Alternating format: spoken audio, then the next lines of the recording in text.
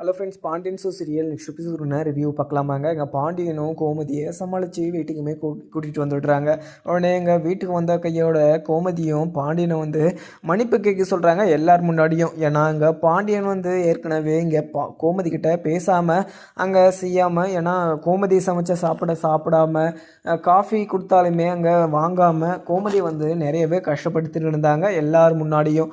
அதே மாதிரி நீங்கள் எல்லார் முன்னாடியும் என்கிட்ட மன்னிப்பு கேட்டே ஆகணும் அப்படின்னு சொல்லிட்டு கோமதி சொல்லிட்டுறாங்க. அதுக்கப்புறம் இதை கேட்ட அங்கே பாண்டியனும், கோமதி உங்ககிட்ட மன்னிப்பு தானே கேட்கணும், நான் மன்னிப்பு கேட்டால் நீ என்னை மன்னிச்சிடவில்ல, அது போதும் எனக்கு அப்படின்னு சொல்லிட்டு எல்லாரும் முன்னாடியும் இங்கே மன்னிப்புமே கேட்டுட்டுறாங்க இங்கே பாண்டியன். இதை பார்த்த இங்கே மீனாவும் ராஜியும் அரசி இவங்க எல்லாருமே ரொம்பவே அதிர்ச்சியாகவும் பார்க்குறாங்க. உடனே மீனா வந்து மாமா வந்து இங்கே கோமதி அத்தைக்கிட்ட மன்னிப்பு கேட்குறத பார்த்தா எனக்கு ரொம்பவே ஆச்சரியமாகவும் இருக்குது அப்படின்ற மாதிரி தான் பார்த்துக்கிட்டு இருக்காங்க. அதுக்கப்புறம் மாமா நீங்கள் இப்படி மன்னிப்பு கேட்பீங்க அப்படின்னு சொல்லிட்டு நான் நினச்சி கூட பார்க்கல.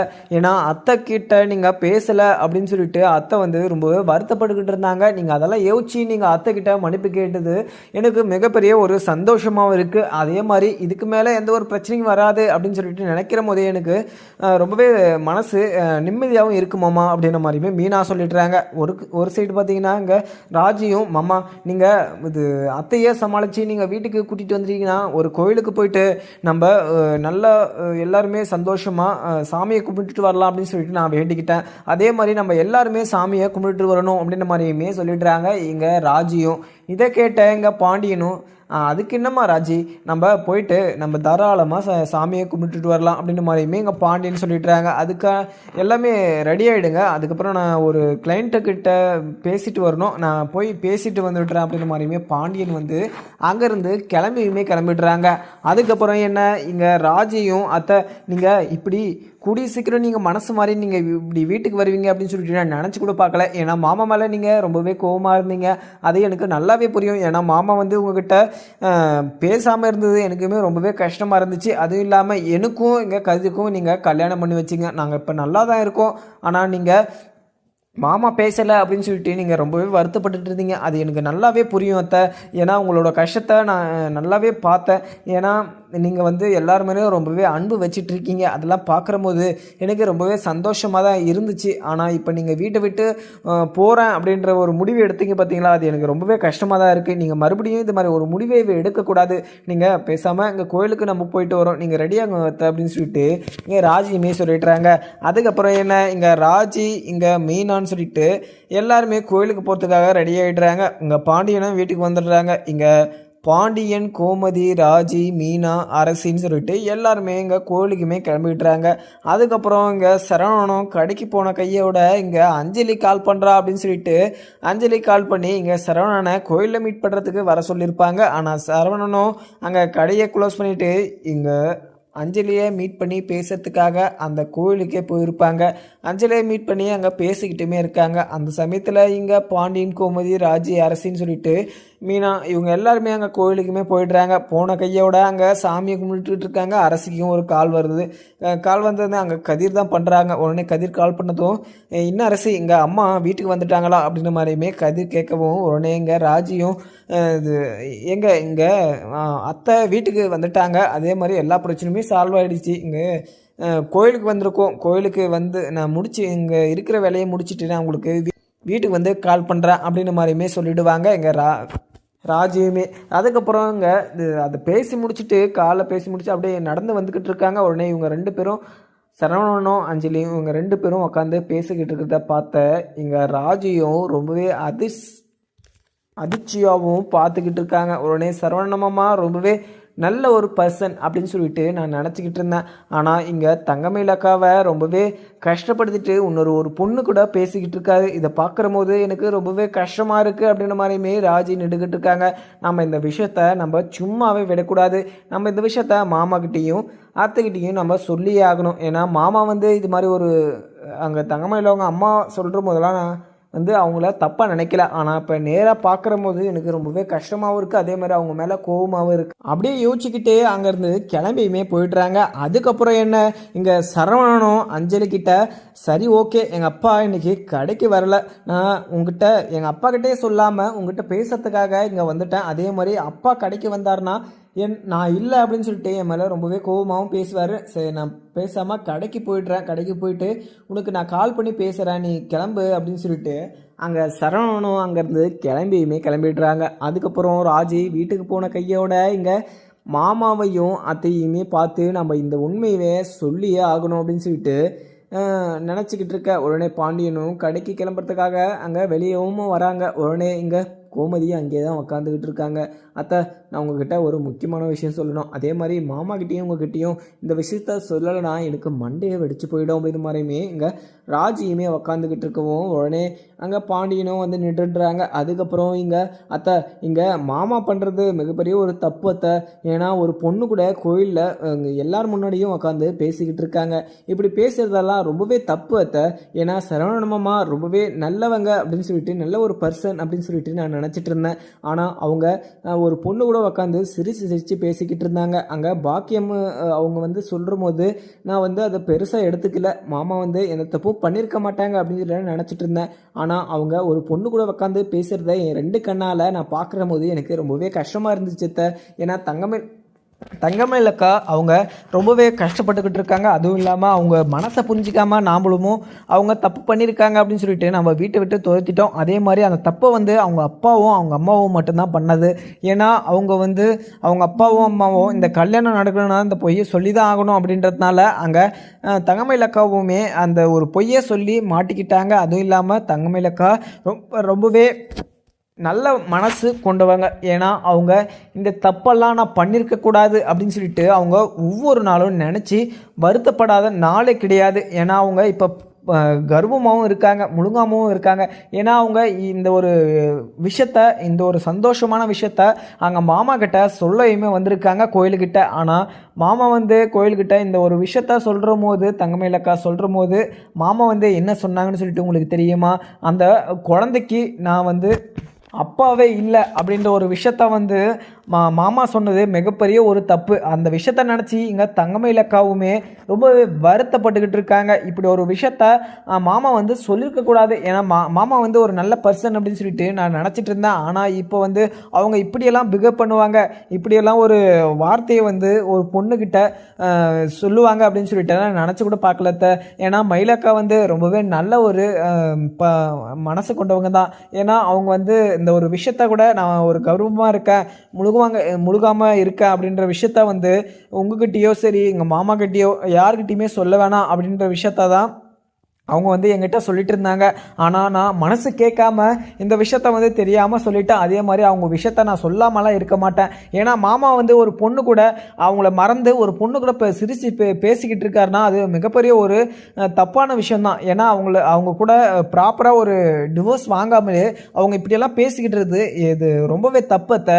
ஏன்னா அவங்க ஒழுங்காக அவங்க ப்ராசஸ் பண்ணி அவங்களுக்கு டிவோர்ஸ் கொடுக்கணும். அப்படி கொடுக்காமலே இவங்க ஒரு பொண்ணு கூட பேசிக்கிட்டு இருக்கிறத மயிலக்காவே பார்த்துருக்காங்க. அவங்க பார்த்துட்டு அவங்க இப்படியெல்லாம் பண்ணுறாங்க, கூடிய சீக்கிரம் என்னை மறந்துட்டு வேற ஒரு பொண்ணு கூட பேசுறதுக்கு அவங்களுக்கு எப்படி தான் மனசு வருது அப்படின்னு சொல்லிட்டு தங்கமயிலக்கா ரொம்பவே வருத்தப்பட்டுமே என்கிட்ட சொன்னாங்க. இந்த விஷயம் நான் கேட்டதுலேருந்தே எனக்கு மனசு வந்து ரொம்பவே உறுத்திக்கிட்டே இருந்துச்சு.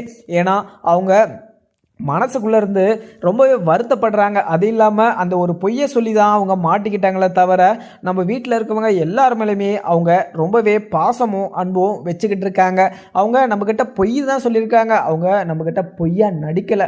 ஏன்னா அவங்க மனசில் என்ன இருக்குது அப்படின்றத நம்மளுக்கு தெரியாது இல்லையா. ஏன்னா அவங்க வந்து மனசில் வந்து அவங்க அப்பா அம்மாவும் இந்த ஒரு பொய்யை சொன்னாங்க. அதே மாதிரி இந்த பொய்யை சொன்னால் இந்த குடும்பத்திலேருந்து நம்மளை விலக்கி வச்சிருவாங்களோ, இல்லை இந்த குடும்பத்திலேருந்து நம்மளை துரத்தி விட்டுருவாங்களோ அப்படின்னு சொல்லிட்டு அந்த ஒரு பயத்தில் தான் அந்த ஒரு உண்மையை மறைச்சி வச்சாங்களே தவிர அவங்க மனசார இந்த உண்மையை மறைச்சி வைக்க கிடையாது. ஏன்னா நம்ம ஃபேமிலி மேலே எல்லார் மேலுமே அவங்க ரொம்பவே அன்பு வச்சுக்கிட்டு இருக்காங்க அப்படின்ற மாதிரியுமே ராஜி சொல்லிட்டுறாங்க. இதை கேட்டதும் இது கோமதியும் என்ன ராஜி சொல்லிட்டு இருக்க? அந்த இது ஃப்ராடுகாரிக்கு நீ சப்போர்ட் பண்ணிட்டு இங்கே என்கிட்ட பேசுறதுக்கு வரையா? ஏன்னா அவளோட பொய் ஃப்ராடு எல்லாமே அவளை பற்றி எனக்கு நல்லாவே தெரியும். இப்போ அவள் நிறைய தப்பு பண்ணியிருக்கா. அப்படி இல்லாமல் அவங்க அம்மா அப்பா சொல்லியிருக்காங்க, அதனால இந்த உண்மையை மறைச்சி வச்சிருக்கா அப்படின்ற மாதிரி நீ சொல்கிற. சரி, ஓகே, அது விட்டுரு. ஏன்னா நான் அவளோட மாமியா தானே. அதே மாதிரி அவள் மனசுக்குள்ளே இருக்கிறத என்கிட்ட சொல்லியிருக்கணும் இல்லையா? ஏன்னா இப்போ சொல்லாததுனால தாங்க இது பாண்டியன் அவரே என்கிட்ட பேசாமல் இருந்தார். அதனால் இப்போ எல்லாமே சரியாயிடுச்சு அப்படின்ற மாதிரியுமே இங்கே கோமதி சொல்லவும் உடனே இங்கே ராஜியும் ஒரு பாயிண்ட்டை பிடிச்சிட்டு, சரிங்க அத்தை, உங்கள் வழியிலே நான் வரேன். ஏன்னா இங்கே மாமாவும் உங்ககிட்ட பேசாமல் இருந்தாங்க. நீங்கள் சந்தர்ப்ப சூழ்நிலையில் எனக்கும் கதிருக்கும் கல்யாணம் பண்ணி வச்சிங்க. அந்த சுச்சுவேஷனில் நீங்கள் இப்படி பண்ணணும்னு சொல்லிட்டு யாருக்கிட்டையுமே கேட்காம அந்த கல்யாணத்தையுமே பண்ணி வச்சுட்டீங்க. அது பண்ணி வச்சது உங்களுக்கு கரெக்டுன்னு படுது. ஆனால் மாமாவுக்கு தப்புன்னு பட்டு உங்ககிட்ட பேசாமல் இருந்தார். இப்போ சரியாகவுமே ஆயிடுச்சு. நீங்கள் தப்பு பண்ணீங்க, அதை மன்னிச்சு இப்போ மாமாவும் ஏற்றுக்கிட்டு உங்ககிட்ட மன்னிப்புமே கேட்டுட்டாரு. அது மாதிரி இங்கே மயிலக்காக்கு நீங்கள் ஒரு மன்னிப்பு கொடுக்கணும் இல்லையா?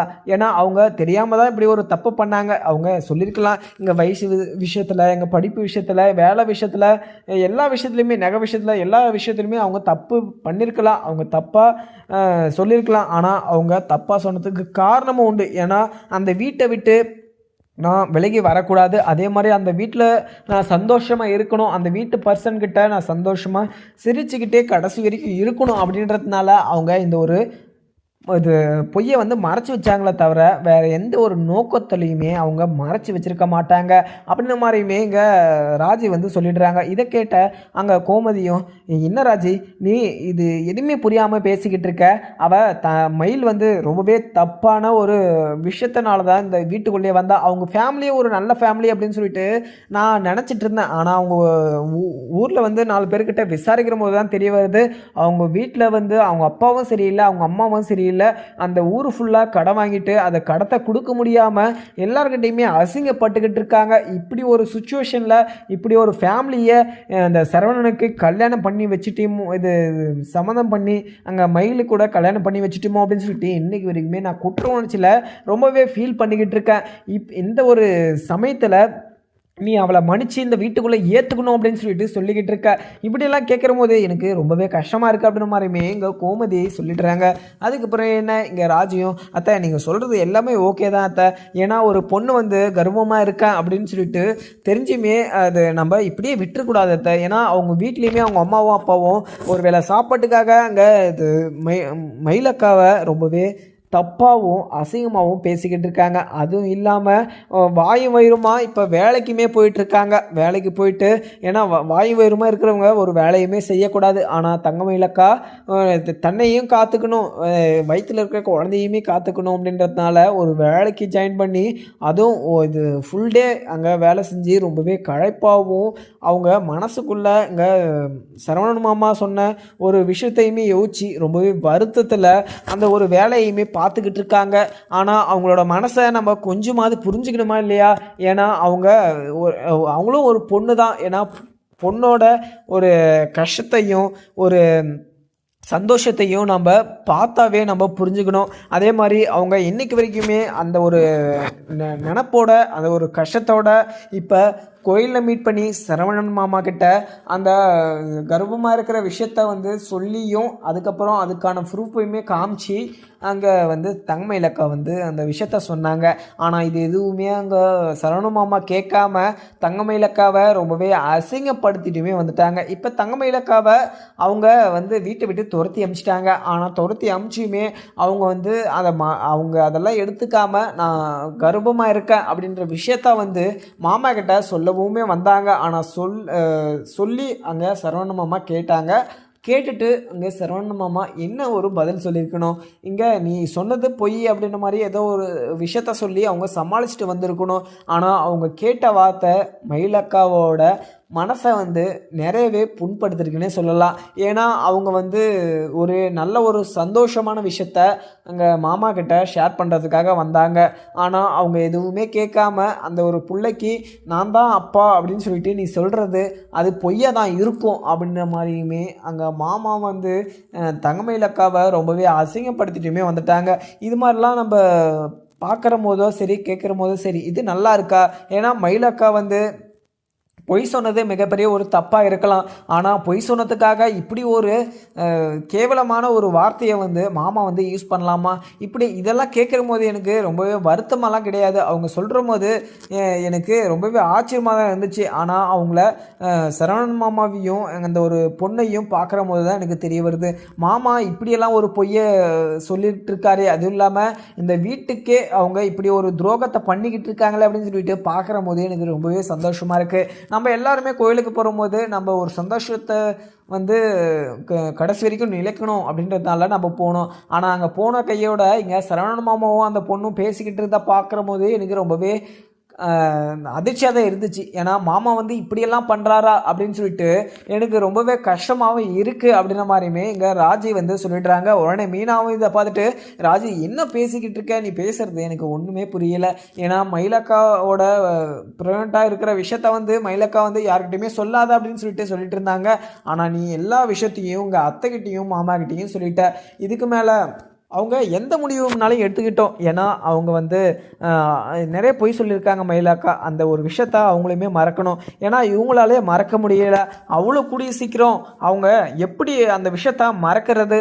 ஏன்னா அவங்க வந்து எல்லா விஷயத்தையுமே அவங்க யோசிச்சு தான் அங்கே தங்க மயிலாக்காவை வீட்டு விட்டு ஒத்துனாங்க. சரி, ஓகே, மயிலக்கா மேலே எந்த ஒரு தப்புமே கிடையாது அப்படின்னு சொல்லிட்டு வச்சுக்கலாம். ஏன்னா அவங்க வந்து இந்த விஷயத்த மறைச்சது மிகப்பெரிய ஒரு தப்பு தான். ஆனால் அத்தை, நான் ஒன்று மட்டும் சொல்லிக்கிறேன், மயிலக்கா ரொம்பவே பாவம். ஏன்னா அவங்க அந்த வீட்டில் ரொம்பவே கஷ்டப்பட்டுக்கிட்டு இருக்காங்க அத்தை, வாயும் வயிறுமா இருக்காங்க. அப்படி இருந்துமே அவங்க ஒரு வேலைக்கு போயிட்டு ரொம்பவே கஷ்டப்பட்டுக்கிட்டு இருக்காங்க. நம்ம இந்த மாதிரி ஒரு சுச்சுவேஷன்லையுமே நம்ம அப்படியே விட்டு வைக்கக்கூடாது அப்படின்ற மாதிரியுமே மீனா சொல்லிட்டவும், உடனே கோமதியும், என்ன சொல்கிற மீனா, இந்த விஷயம் உனக்குமே தெரியுமா? எனக்கு இது கேட்குற போதே எனக்கு ரொம்பவே கஷ்டமாக இருக்குது. அதுவும் இல்லாமல் அவள் ஒரு பொண்ணுக்கு இப்படி ஒரு விஷயம் இருக்கிற போது என்னோட பையன் அவளை வந்து இப்படி தப்பாக பேசுனதை நீங்கள் சொல்கிறத கேட்குற போது எனக்கு ரொம்பவே கஷ்டமாக தான் இருக்குது. அதுவும் இல்லாமல் மயில் வந்து ப்ரெக்னெண்ட்டாக இருக்கிற விஷயம் வந்து எனக்கு தெரியாது.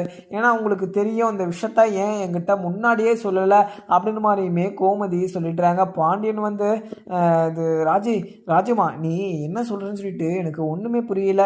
ஏன்னா மயில் வந்து ப்ரெக்னெண்ட்டாக இருக்கிற விஷயம் எங்களுக்கு யாருக்குமே தெரியாது. அதே மாதிரி சரவணனுக்கு தெரியும் அப்படின்ற மாதிரி நீ சொல்கிற. ஆனால் சரவணனும் அங்கே தங்கமயில வந்து ரொம்பவே அசிங்கமாகவும் பேசிட்டு வந்துட்டான் அப்படின்ற மாதிரியுமே பேசுகிறேன். அதே மாதிரி அவன் ஒரு பொண்ணு கூட பேசிக்கிட்டு இருக்கான் அப்படின்ற விஷயம் வந்து எனக்கு முன்னாடியே தெரியும். அதே மாதிரி அவனை மீட் பண்ணி ஏற்கனவே நான் அந்த பொண்ணுக்கிட்ட பேசாத, கூடிய சீக்கிரம் எல்லாமே சரியாயிடும், நீ அவகிட்ட மீட் பண்ணி பேசுகிற வேலை வேணாம் அப்படின்ற மாதிரியுமே நான் எடுத்து சொல்லியிருக்கேன். ஆனால் அவன் எதுவுமே கேட்காம அவன் ஒரு பொண்ணு கூட பேசிகிட்டு இருந்தது மிகப்பெரிய தப்பு தான். அதே மாதிரி மயில் பண்ணத்துக்கும் இவன் பண்ணத்துக்கும் எந்த ஒரு வித்தியாசமும் இல்லை அப்படின்ற மாதிரி எனக்கு கொஞ்சம் இப்போ ரிலேஸ் ஆகுது. ஏன்னா அங்கே தங்கமயில் வந்து ஏதோ சந்தர்ப்ப சூழ்நிலையில் இந்த மாதிரி ஒரு பொய்யை சொல்லிட்டா. அதே மாதிரி என்கிட்ட வந்து அவள் பேசுகிற போதெல்லாம் எது இருந்தாலுமே கோர்ட் மூலயமா பார்த்துக்கலாம் அப்படின்ற மாதிரியுமே நானும் சொல்லியிருப்பேன். ஏன்னா அவளை இப்படியெல்லாம் பேசிட்டேன் அப்படின்னு சொல்லிட்டு நினைக்கிற போது எனக்குமே ரொம்பவே கஷ்டமாக தான் இருக்குது. ஏன்னா அவள் வந்து அவங்க அப்பா அம்மாவும் நிறைய பொய் சொல்லியிருக்கலாம். ஆனால் அவள் நம்மக்கிட்ட மறைச்சி வச்சது மிகப்பெரிய ஒரு தப்புனே சொல்லலாம். ஏன்னா அவள் வந்து ஒரு பொய்க்காரி அப்படின்றது இந்த வீட்டுக்கு எல்லாருக்குமே தெரியும். அதே மாதிரி இந்த கர்ப்பமாக இருக்கிறேன் அப்படின்ற ஒரு விஷயத்த சொல்லி இந்த வீட்டுக்குள்ளே நுழைஞ்சிடலாம் அப்படின்ற மாதிரியுமே அவள் சொல்லுவா. ராஜி, நீ அவள் சொல்கிறதெல்லாம் நம்பிக்கிட்டு நீ இங்கெல்லாம் பேசிக்கிட்டு இருக்காத அப்படின்ற மாதிரியுமே பாண்டியன் சொல்லுவோம். உடனே ராஜியும், மாமா நீங்கள் நார்மலாக நீங்கள் எல்லா ஒரு பர்சன் மாதிரி நீங்கள் பேசிக்கிட்டு இருக்காதீங்க. ஒரு பொண்ணு வந்து எதில் பொய் சொல்லுவா, எதில் உண்மையை சொல்லுவா அப்படின்றத எனக்கு நல்லாவே தெரியுமாம்மா. ஏன்னா மயிலக்கா வந்து ரொம்பவே பாவம் அம்மா. அவங்க முன்னாடி வந்து கர்ப்பமாக இருக்கேன் அப்படின்னு சொல்லிட்டு சொன்னதும் உண்மைதான், இப்பயும் கர்ப்பமாக இருக்கேன் அப்படின்னு சொல்லிட்டு சொன்னதும் உண்மைதான். ஏன்னா முன்னாடி வந்து ஏதோ தெரியாதத்தனமாக அபார்ஷனுமே ஆயிடுச்சு. அந்த விஷயம் வந்து மயிலக்கா தெரிஞ்சுமே மயிலக்கா மனசுக்கு ரொம்பவே கஷ்டமாக இருந்துச்சு. ஆனால் இப்போ அவங்க 3 மாதம் ப்ரெக்னெண்ட்டாக இருக்காங்க. அதுக்கான ரிப்போர்ட்டுமே இருக்குது.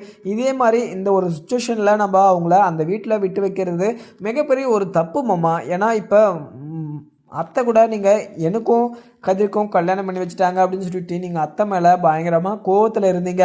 ஆனால் இப்போ எல்லாமே சரியா இல்லையா? இப்போ நீங்கள் அத்தையை மன்னிக்கலையா? நீங்கள் அத்தைக்கிட்ட மன்னிப்பு கேட்கலையா? அது மாதிரி தான் மாமா இப்போ மயிலக்கா வந்து ஏதோ தெரியாதனமாக அவங்க அம்மாவும் அப்பாவும் சொன்னாங்க அப்படின்றதுனால அந்த ஒரு பொய்யுமே சொல்லி மாட்டிக்கிட்டாங்க. இப்போ அவங்களுக்கு என்ன பண்ணுறேன்னு சொல்லிட்டு தெரியாமல் இப்போ ஒரு வேலைக்குமே போயிட்டுருக்காங்க. இப்போ வாயும் உயரமாக இருந்து அவங்க ஒரு வேலையை செஞ்சு அவங்க வயிற்றில் இருக்கிற குழந்தைக்கு எதனா ஒரு ப்ராப்ளம் வந்துச்சுன்னா அவங்களுக்கு எவ்வளோ பெரிய கஷ்டமாக இருக்கும். நம்ம அவங்க இப்படி இருக்காங்க அப்படின்னு சொல்லிட்டு தெரிஞ்சுமே நம்ம அப்படியே விட்டு வைக்கக்கூடாது மாமா. ஏன்னா ஒரு பொண்ணோட மனசு ஒரு பொண்ணுக்கு தான் தெரியும் அப்படின்ற மாதிரி ஒரு கருத்தை வந்து பெரியவங்க சொல்லியிருப்பாங்க.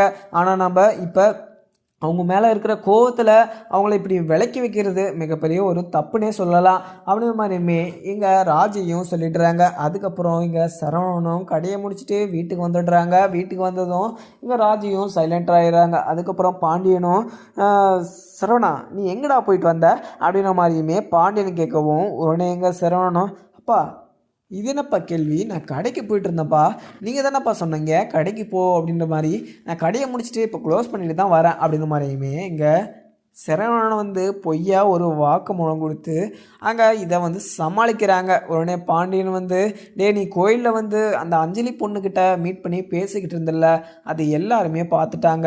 அதே மாதிரி நீ இப்படி பொய் சொன்னால் கூட யாருமே நம்ப மாட்டாங்க. நான் கொஞ்ச நாளைக்கு பொறுமையாக இருடா அப்படின்ற மாதிரி தானே சொன்னேன், நீ ஏன்டா கேட்காம இப்படியெல்லாம் பண்ணிக்கிட்டு இருக்க அப்படின்ற மாதிரியுமே பாண்டியன் கேட்குறாங்க. உடனே எங்கள் சரவணனும் அப்பா நான் அவகிட்ட பேச வேணாம் அப்படின்ற மாதிரி தான் நான் நினச்சிட்டு இருந்தேன். ஆனால் அவங்க வீட்டில் ஒரு இது பிரச்சனை அப்படின்னு சொல்லிட்டு அவள் என்ன கோயிலில் மீட் பண்ணி ஒரு 4 வார்த்தை பேசணும் அப்படின்னு சொல்லிட்டு சொன்னான். அதனால தான் நான் கோயிலுக்கு போனதை தவிர வேறு எந்த ஒரு விஷயமும் நான் பேசலப்பா. நீங்கள் நினைக்கிற மாதிரி வேறு ஒரு எந்த தப்பான நோக்கத்துலேயுமே நான் போகல. ஏன்னா அவள் என் கூட படித்த ஒரு கிளாஸ்மேட்டு, அவளை மீட் பண்ணி பேசினாதான் எனக்கு ரொம்பவே ஆறுதலாக இருக்குது. மயில் பண்ணிட்டு போன விஷயத்த நினைக்கிற போது எனக்கு ரொம்பவே கஷ்டமாக இருந்துச்சு. அதே மாதிரி என் மனசுக்குள்ளே இருக்கிற விஷயத்த யார்கிட்ட ஷேர் பண்ணி நான் அந்த ஒரு கஷ்டத்தை நான் குறைக்கிறது அப்படின்னு நம்மளாம் நினச்சிட்டு இருந்தேன். ஆனால் அஞ்சலி கிட்ட பேசுகிற தான் அந்த ஒரு ப்ரெஷரும் அந்த ஒரு கஷ்டமும் அது நார்மலாகுது அப்படின்னு சொல்லிட்டு தான் நான் அங்கே அஞ்சலி கிட்ட பேசுறதுக்காக நான் போனேன். நான் வேற ஒரு கெட்ட எண்ணத்தோடு தான் நான் அவகிட்டலாம் போகலப்பா. நீங்கள் சொன்னது எனக்கு இப்போ வரைக்குமே மைண்டில் இருக்குது. நான் யாருக்குமே ஒரு கஷ்டத்தை கொடுக்க மாட்டேன் அப்படின்னு மாதிரியுமே இங்கே சரவணன் சொல்லிட்டுறாங்க. இதை கேட்ட ராஜியும் என்ன மாமா பேசிக்கிட்டு இருக்கீங்க, யாருக்கும் கஷ்டம் கொடுக்க மாட்டீங்க அப்படின்னு சொல்லிட்டு இங்கே தங்கமயிலக்கா கிட்ட நீங்கள் யாருக்கிட்டையுமே சொல்லாத ஒரு வார்த்தையை நீங்கள் சொல்லி அவங்கள கஷ்டப்படுத்திட்டு வந்திருக்கீங்க. அவங்களுக்கு எவ்வளோ பெரிய கஷ்டமாக இருக்கும் அப்படின்னு சொல்லிட்டு நீங்கள் நினச்சி பார்த்தீங்களா? ஏன்னா அவங்க என்னைக்கு வரைக்கும் நீங்கள் அந்த சொன்ன வார்த்தையை நினச்சிக்கிட்டு ரொம்பவே வருத்தமாகவும் மறுபடியும் இந்த வீட்டுக்குள்ளேயே நான் வரமாட்டேன் அப்படின்ற ஒரு மைண்ட் தாட்டுக்கே அவங்க போயிட்டாங்க. ஏன்னா அவங்க நல்ல ஒரு மனசு உள்ளவங்க தான் நினைக்கிறேன். ஏன்னா அவங்க செஞ்ச தப்புக்கு எல்லாமே ரிலேஸ் பண்ணிவிட்டு அவங்க அந்த ஒரு விஷயத்த நான் பண்ணியிருக்கக்கூடாது, அதே மாதிரி எங்கள் அம்மாவும் எங்கள் அப்பாவும் பொய் சொல்ல சொன்னாங்க, அந்த ஒரு பொய்யை நான் சொல்லியிருக்கக்கூடாது அப்படின்ற மாதிரி இன்றைக்கு வரைக்கும் அவங்க ஃபீல் பண்ணிக்கிட்டு தான் இருக்காங்க. என்ன இருந்தாலுமே அவங்க வந்து உங்களுக்கு பண்ண ஒரு தப்பை வந்து இன்றைக்குமே குற்ற உணர்ச்சியில் அந்த நெஞ்சுக்குள்ளே அந்த ஒரு விஷத்தை பூட்டி வச்சுக்கிட்டு குத்தி கிழிச்சிக்கிட்டு அதை அப்படி ஃபீல் பண்ணிக்கிட்டு இருக்காங்க. ஆனால் நீங்கள் இன்றைக்கி வரைக்கும் அவங்கள வீட்டை விட்டு துரத்திட்டேன் அப்படின்னு சொல்லிட்டு ஒரு குற்ற உணர்ச்சியில் ஒரு நிமிஷம் கூட நீங்கள் கொஞ்சம் கூட வருத்தப்பட்டிருக்க மாட்டீங்க. ஆனால் இன்றைக்கி வரைக்கும் மயிலக்கா வந்து அந்த ஒரு விஷயத்தை நினச்சி ரொம்பவே வருத்தப்பட்டுக்கிட்டு இருக்காங்க. என்ன இருந்தாலுமே நான் இந்த விஷயத்த வந்து சொல்ல வேணாம் அப்படின்ற மாதிரி தான் நினச்சிக்கிட்டு இருந்தேன். ஆனால் உங்களையும் அந்த ஒரு பொண்ணையுமே பார்த்தபோது தான் எனக்கு கொஞ்சம் நல்லாவே புரிய வந்துச்சு. அவங்க பண்ணது தப்புனா அப்போ நீங்கள் வீட்டுக்கு சொல்லாமல் நீங்கள் பண்ணது மிகப்பெரிய ஒரு தப்பு தானே. ஏன்னா நீங்கள் அவங்க இந்த விஷயத்த மறைச்சி வச்சது அவங்க மிகப்பெரிய தப்புன்னு சொல்லலாம். இங்கே நகை விஷயம், இங்கே வயசு விஷயம், உங்கள் வேலை விஷயம், படிப்பு விஷயம்னு சொல்லிட்டு இவங்க இது எல்லாமே அவங்க மறைச்சி வச்சது மிகப்பெரிய ஒரு குற்றமாகவே இருக்கட்டும். சரி ஓகே, அதை விட்டுருங்க. இப்போ நீங்கள் இந்த வீட்டுக்கு தெரியாமல், எங்கள் அத்தைக்கு தெரியாமல், மாமாவுக்கு தெரியாமல், இங்கே அரசிக்கு தெரியாமல், இங்கே செந்தில் மீனா இங்கே யாருக்குமே தெரியாமல் நீங்கள் அந்த பொண்ணை தனியாக மீட் பண்ணி பேசுனது மிகப்பெரிய ஒரு தப்பு தானம்மா அப்படின்னு சொல்லிட்டு இங்கே ராஜி வந்து முக்கியமான ஒரு பாயிண்ட்டை வந்து அங்கே பதிவு பண்ணுறாங்க. இதை பார்த்த சரவணன் வந்து ராஜுமா நீ சொல்கிறது எல்லா வகையிலுமே உண்மை தான், எனக்கு அவகிட்ட பேசினாதான் ரொம்பவே ஆறுதலாக இருக்குது அப்படின்னு சொல்லிட்டு நான் அவகிட்ட போய் பேச போனேன். வேறு எந்த ஒரு நோக்கத்துலேயுமே நான் போகல அப்படின்னு மாதிரியுமே இங்கே சரவணன் சொல்லுவோம். உடனே ராஜியும் மாமா சரி ஓகே மாமா, நீங்கள் சொல்கிறது எல்லாமே கரெக்டாக இருக்கட்டும். அதே மாதிரி அவங்க இது தங்கமயிலக்கா இந்த வீட்டில் வாழணும் அப்படின்னு சொல்லிட்டு ஒரு ஆசையை தான் எடுப்பாங்க.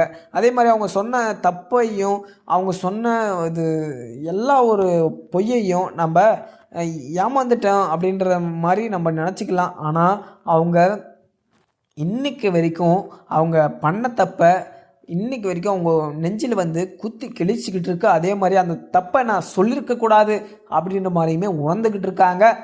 அதுவும் இல்லாமல் உங்கள் மேலேயும் சரி, எங்கள் மாமா அத்தை இவங்க எல்லாருமேலேயுமே அவங்க பாசம் வச்சிட்டு இருக்கிறதுனால தான் மறுபடியும் ஒரு நாய் மாதிரி வீட்டு வாசல் முன்னாடி நின்று அவங்க இந்த வீட்டுக்குள்ளே என்னை சேர்த்துக்கோங்க அப்படின்ற மாதிரியுமே கெஞ்சிக்கிட்டு இருந்தாங்க. அப்போ உங்களுக்கு ஆறுதல் இருக்குது அப்படின்னு சொல்லிட்டு நீங்கள் ஒரு பொண்ணுக்கிட்ட பேச போனீங்க. அதே மாதிரி அவங்களுக்கு ஆறுதலே இந்த வீடு மட்டும்தான். அவங்களுக்கு ஆறுதலே நீங்கள் மாமா எங்கள் அத்தை மட்டும்தான். அதனால தான் அவங்க வந்து இங்கே பேசுனாங்க. அவங்க மனசை நீங்கள் புரிஞ்சுக்கிட்டு ஒரு நாளானா நீங்கள் அவங்களுக்காக நீங்கள் பேசியிருப்பீங்களா அப்படின்றது தான் எனக்கு ரொம்பவே கஷ்டமாக இருக்கும் மாமா அப்படின்னு சொல்லிட்டு ராஜியும் சொல்லிட்டுறாங்க. அதுக்கப்புறம் என்னன்னு பார்க்கலாமாங்க. வீடியோ பிடிச்சி லைக் பண்ணுங்கள். Thank you friends.